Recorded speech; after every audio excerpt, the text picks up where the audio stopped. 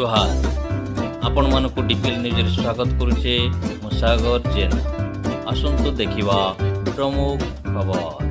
हाँ दर्शक बंधु वर्तमान आम अच्छे जगतसिंहपुर जिला नाउगाँ ब्लॉक गंगदा बंधुमुंडा ग्राम आमर सांगे अच्छा ओडिसी नृत्यशिल्पी अंकिता विश्वाल तांकर छोट बेलू नृत्य प्रति एत आसक्ति होती जे आज पुरी बड़दाण्ड तक पहुँची जाइछन्ति। पुरी बड़दाण्ड रे भी तांकर नृत्य प्रदर्शन होइछि आउ बड़ बड़ फंक्शन रे भी से जाइकरी नृत्य करूछन्ति।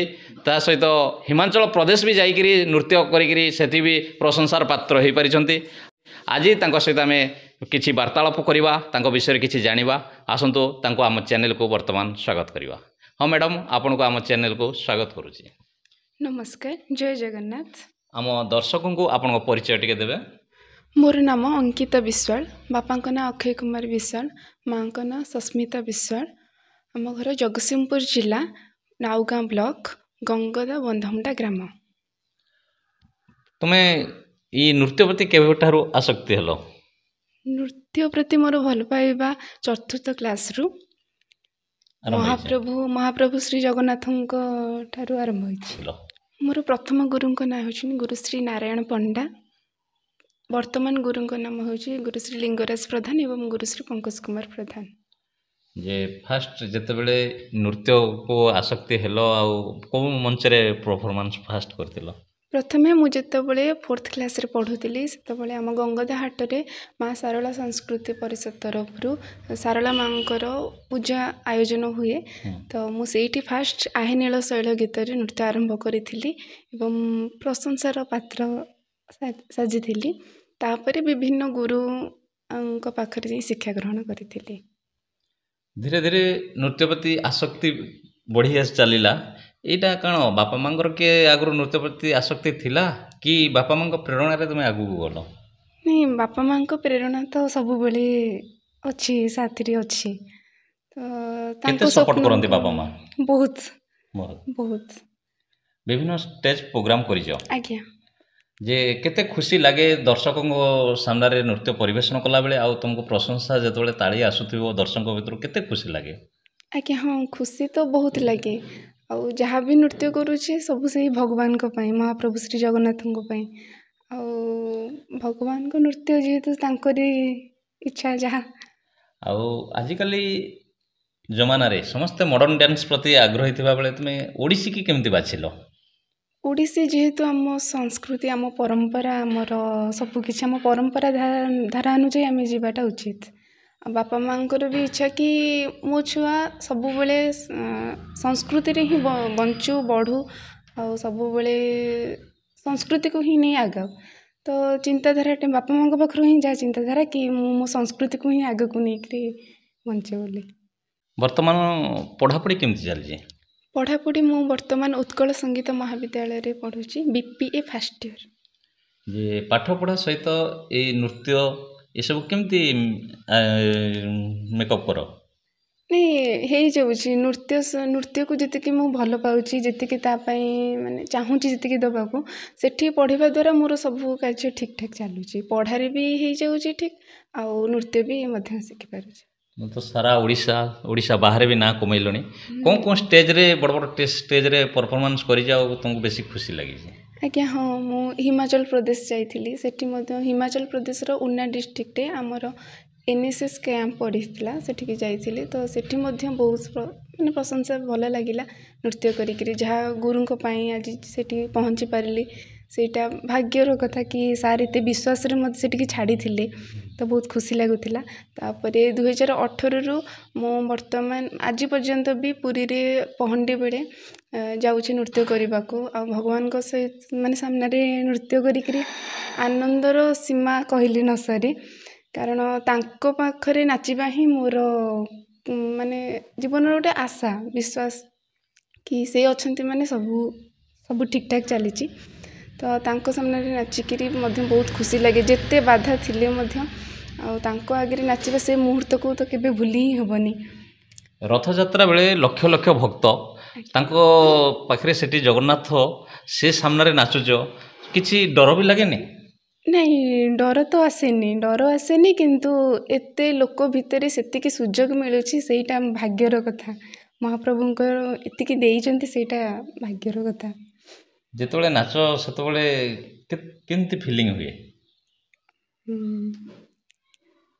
ଖୁସି ଦୁଃଖ କିଛି ଆଉ ଜଣାପଡ଼େନି, ସବୁ ତାଙ୍କରି ଆଗରେ ଲୀନ, ମାନେ ମୁଁ ବି ତାଙ୍କର ସବୁ ସିଏ, ଆଉ କେଉଁଠି କ'ଣ ଆଉ କିଛି ଜଣାପଡ଼େନି, ସେଇ ସବୁ।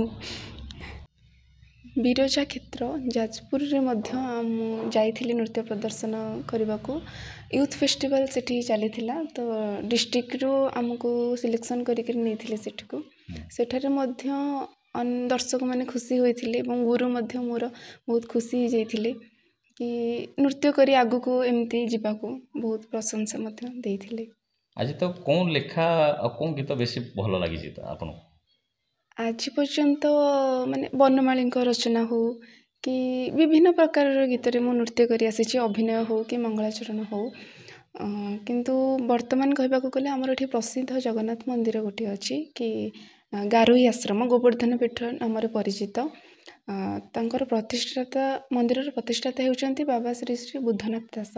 ତାଙ୍କରି 2ଟି ଗୀତ ମୋତେ ଆଜି ବହୁତ, ମାନେ ମୁଁ ବହୁତ ଜାଗାରେ ବି ନୃତ୍ୟ କରି ଆସିଛି, ଯାହାକି ମୋତେ ବହୁତ ଭଲ ଲାଗେ।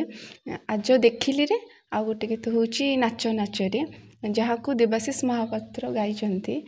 ସେଇ 2ଟି ଗୀତ ମୋତେ ବହୁତ ଭଲ ଲାଗେ, ବାବାଙ୍କ ଗୀତ ଯେହେତୁ, ଠାକୁରଙ୍କର। ନୃତ୍ୟ କରିବା ବେଳେ ଅନେକ ଖୁସି ଲାଗିଥାଏ, କାରଣ ଯେହେତୁ ଆମେ ଓଡ଼ିଶୀ ନୃତ୍ୟଶିଳ୍ପୀ, ତ ଆଜି ବାଜି ତ ଆମେ କିଛି ନାଚିବାନି, ତ ଭଗବାନଙ୍କ ପାଇଁ ହିଁ ନୃତ୍ୟ କରିବା, ସେଥିପାଇଁ ବହୁତ ଖୁସି ଲାଗିଥାଏ ଆଉ ପ୍ରଶଂସା ମଧ୍ୟ ବହୁତ ମିଳିଥାଏ। ଆଉ ଆମର ଏଠି ପବିତ୍ର ଯମୁନା ସ୍ନାନ ଦୋଳ ମେଲଣ ପଡ଼ିଆରେ ଅନୁଷ୍ଠିତ ହୁଏ ଦୋଳଯାତ୍ରା, ଯାହାକି ପ୍ରତିବର୍ଷ ବହୁତ ଆନନ୍ଦ ଉତ୍ସବର ସହିତ ପାଳନ କରାଯାଏ। ସଙ୍ଗୀତଜ୍ଞ ମନ୍ମଥ ମିଶ୍ର ସେ ପ୍ରତିବର୍ଷ ଆସି ଏଠାରେ ତାଙ୍କର ଗୀତ ଗାଇବାର, ମହାପ୍ରଭୁଙ୍କ ପାଇଁ ଗୀତ ଗାୟନ କରିଥାନ୍ତି। ତ ସେମାନେ ମଧ୍ୟ ଆସିଥିଲେ, ମୁଁ ସେଠି ନୃତ୍ୟ କରିଥିଲି, ସବୁ ବର୍ଷ କରେ, ସେ ମଧ୍ୟ ଆସିଥିଲେ କରିଥିଲି। ସେ ମଧ୍ୟ ବହୁତ ଖୁସି ହୋଇଥିଲେ କି ନୃତ୍ୟ ଦେଖିକିରି କି ମା ଆଗକୁ ଯାଅ, ବହୁତ ଆଶୀର୍ବାଦ ମଧ୍ୟ ପ୍ରଦାନ କରିଥିଲେ। ଜୀବନର ଲକ୍ଷ୍ୟ କ'ଣ ରଖିଛ? ଜୀବନର ଲକ୍ଷ୍ୟ ମୋର ହେଉଛି କି ଗୋଟେ ନୃତ୍ୟଶିଳ୍ପୀ ହେବା ପାଇଁ, ଯାହାକି ଆମ ସଂସ୍କୃତି, ଆମ ପରମ୍ପରାକୁ ସଦାସର୍ବଦା ଆଗକୁ ନେଉଥିବ ଆଉ ବଞ୍ଚେଇକି ରଖିପାରୁଥିବ। ଆଜିକାଲି ଯେଉଁ ଛୋଟ ଶିଶୁମାନେ ଆଉ ବାଳିକାମାନେ ସବୁ ଡ୍ୟାନ୍ସରେ ବେଶୀ ଏବେ ନାଁ ଲେଖିକିରି ଶିଖିବା ଲାଗି ଚେଷ୍ଟା କରୁଛନ୍ତି, ସେମାନଙ୍କୁ କ'ଣ ଉପଦେଶ ଦେବ?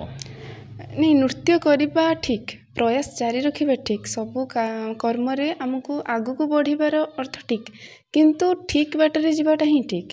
ଆମେ ନୃତ୍ୟ ଶିଖିବା ବୋଲି ମାନେ ବହୁତ ବେସଂସ୍କାରକୁ ପଳେଇବା, ସେଇଟା ଭୁଲ। ସଂସ୍କାରରେ ଯାଅ ତାହେଲେ ଠିକ୍ ଅଛି, ବାପା ମାଆଙ୍କ ନାଁ ଉଚ୍ଚରେ ରଖ, ସେଇଟା ଠିକ୍ ଅଛି। ନିଜ ଘର ସାହି ପଡ଼ିଶା ଠାରୁ ଆରମ୍ଭ କରି ଗ୍ରାମକୁ ନେଇ ଦେଶ ବିଦେଶରେ ପରିଚିତ କର, ସଂସ୍କୃତି ମାଧ୍ୟମରେ, ସାଂସ୍କୃତିକ ମାଧ୍ୟମରେ। କିନ୍ତୁ ଖରାପ କାମ କରିକିରି କି ବେସଂସ୍କାର ହେଇକିରି କରିବା, ସେଇଟା ଠିକ୍ ନୁହେଁ। ନା, ଅକ୍ଷୟ କୁମାର ବିଶ୍ୱାଳ, ଅଙ୍କିତାର ବାପା। ଯେ ଝିଅ ଆପଣଙ୍କର ଏତିକି ନୃତ୍ୟ ପ୍ରତି ଆସକ୍ତି ଅଛନ୍ତି ଆଉ ବିଭିନ୍ନ ଜାଗାରେ ନୃତ୍ୟ କରୁଛନ୍ତି, ବଡ଼ ବଡ଼ ଷ୍ଟେଜ୍ ପ୍ରୋଗ୍ରାମ୍ ବି କରୁଛନ୍ତି, ତା ସହିତ ପୁରୀ ବଡ଼ଦାଣ୍ଡରେ ଜଗନ୍ନାଥଙ୍କ ସାମ୍ନାରେ ନୃତ୍ୟ କରୁଛନ୍ତି, କେତେ ଖୁସି ଲାଗେ ଆପଣଙ୍କୁ? କାଳିଆ ଠାକୁରଙ୍କର ଯାହା ଆଶୀର୍ବାଦ ଅଛି, ସେ ମୋ ଝିଅକୁ ଅଜାଡ଼ି ଦେଇଛନ୍ତି। କାହିଁକି ସେ ଝିଅ ଯେଉଁଦିନ ପୁରୀ ବଡ଼ଦାଣ୍ଡରେ ରଥ ଚାରିପାଖ ଯାକ ପହଣ୍ଡିରେ ବୁଲିଲା, ସେଇଦିନ ମୁଁ ଭାବି ନେଇଛି ଯେ ମୋ ଝିଅ ମୋଠୁ ଉପରେ ଜଗନ୍ନାଥଙ୍କ ପାଖାପାଖି ପହଞ୍ଚିଗଲା। ତାପରେ ସେଇଦିନଠୁ ମୁଁ ଜାଣିଛି ଯେ ସେ ଓଡ଼ିଶୀ ହିଁ ନାଚିବ ଆଉ ସାରା ଜଗତକୁ ଓଡ଼ିଶୀର ଶିକ୍ଷା ପ୍ରଦାନ କରିବ ବୋଲି ମୋର ଆଶା। ଓଡ଼ିଶୀ, ଓଡ଼ିଶାର ସଂସ୍କୃତି, ଓଡ଼ିଶାର ପରମ୍ପରା, ଜଗନ୍ନାଥଙ୍କର ପ୍ରଥମ ନୃତ୍ୟ ହେଉଛି ଓଡ଼ିଶୀ। ଝିଅ ଅଙ୍କିତାକୁ ପାଇ କେତେ ଖୁସି ଆପଣ? ଖୁସିର ମାନେ କୌଣସି ପ୍ରକାର ମୁଁ କହିପାରୁନି ଯେ ଏତେ ଖୁସିର ଉର୍ଦ୍ଧ୍ୱରେ ଅଛି, ଯେତେ କହିଲେ ବି କମ୍ ହେବ। କେତେ ଭଲ ଆପଣଙ୍କ ଝିଅ ଅଙ୍କିତା? ମୋ ଝିଅ ମୋ ପାଇଁ ବହୁତ ସୁନ୍ଦର, ସବୁ ଝିଅ ମୋ ପାଇଁ ବହୁତ ସୁନ୍ଦର, କିନ୍ତୁ ଅଙ୍କିତା ସ୍ୱତନ୍ତ୍ର କ'ଣ ଓଡ଼ିଶୀ ଯୋଗୁଁ ଜଗନ୍ନାଥଙ୍କର ପାଖରେ ମୋତେ ପହଞ୍ଚି ପାରିଲା, ସେଥିପାଇଁ ମୁଁ ବହୁତ ଖୁସି ଆଉ ଗର୍ବିତ। କ'ଣ କହିବେ ଝିଅ ଅଙ୍କିତାକୁ? ସମାଜକୁ କିଛି ଶିକ୍ଷାଦାନ କରୁ, ଯେଉଁ ଶିକ୍ଷା ସାରା ଜଗତକୁ ପ୍ରମାଣ ଦେବ ଯେ ଓଡ଼ିଶୀ ହିଁ ଜଗନ୍ନାଥଙ୍କର ପ୍ରଥମ ପସନ୍ଦ। ସାରା ଜଗତର ମଙ୍ଗଳ ହେଉ, ଜଗନ୍ନାଥ ସମସ୍ତଙ୍କୁ ସଦ୍ବୁଦ୍ଧି ଦିଅନ୍ତୁ, ସଂସାର ସୁଖ ଶାନ୍ତି ଚାହୁଁଛି। ଯାହା ହଉ ମ୍ୟାଡ଼ାମ୍ ଆପଣ ଆଜି ଆମ ଚ୍ୟାନେଲକୁ ଆସିଲେ ଆଉ ଏତିକି ସମୟ ଦେଲେ ସେଥିପାଇଁ ଆପଣଙ୍କୁ ବହୁତ ବହୁତ ଧନ୍ୟବାଦ। ଆପଣଙ୍କୁ ମଧ୍ୟ ବହୁତ ବହୁତ ଧନ୍ୟବାଦ ଏବଂ ଡିପିଏଲ୍ ନ୍ୟୁଜ୍କୁ ମଧ୍ୟ ଅନେକ ସାରା ଶୁଭେଚ୍ଛା ଓ ଧନ୍ୟବାଦ।